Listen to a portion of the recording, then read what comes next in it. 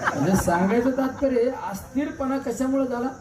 ED सारख्या CBI सारख्या एजन्सीचा वापर करून या राज्याला नव्हे देशाला अस्थिर करण्याचं काम या भाजप सरकारने केलेलं आहे.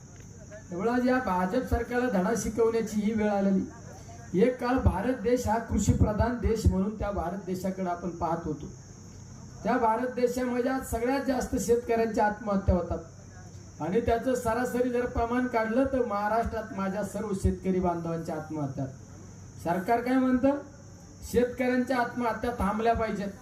अरे शेतकऱ्यांच्या आत्महत्या थांबल्या पाहिजे तर मग शेतीमालाला बाजार भाव द्या.